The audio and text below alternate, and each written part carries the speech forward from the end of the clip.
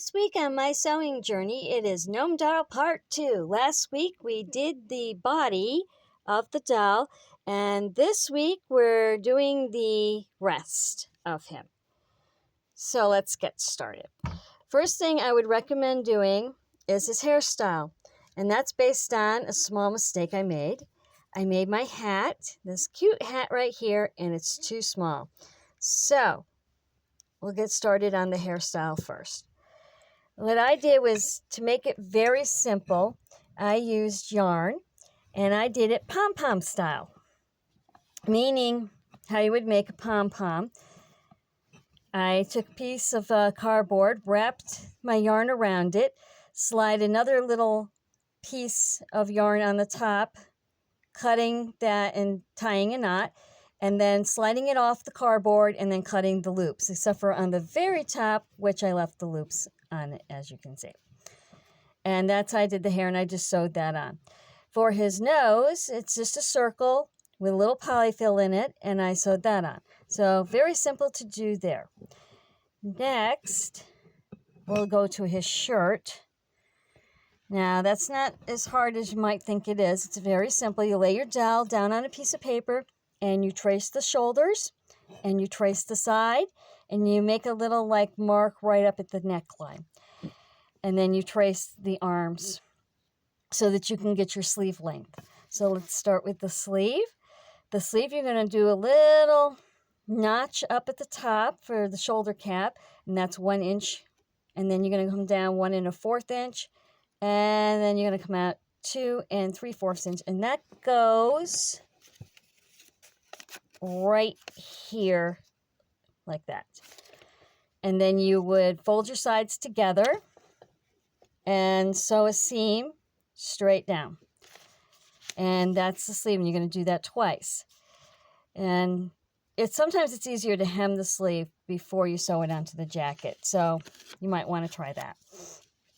Then for the front of the jacket, what you're going to do is you're going to give yourself a neck notch.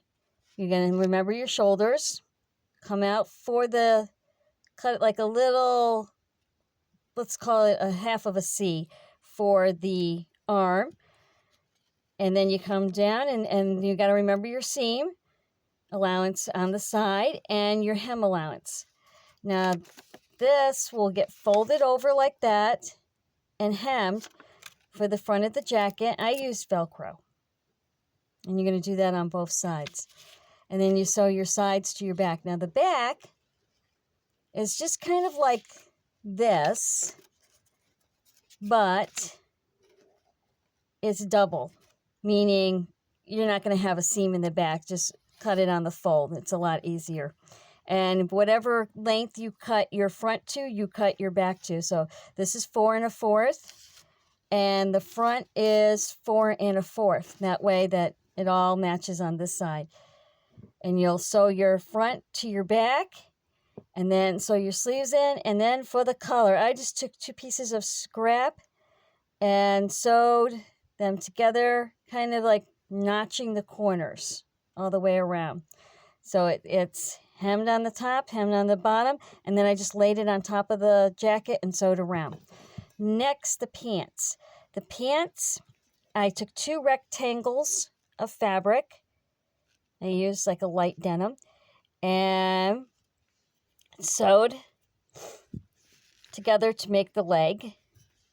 And as you can see, it was done on the fold. And I did that for both legs. Then I took a piece of denim and went all the way around for the waistband, and I put the little V down on the back there. You don't have to do that. I put a little elastic in the back of mine. You don't have to do that either. And the front, to get them on, I left open like that, and I used Velcro. Now for his hat, it's just a big triangle,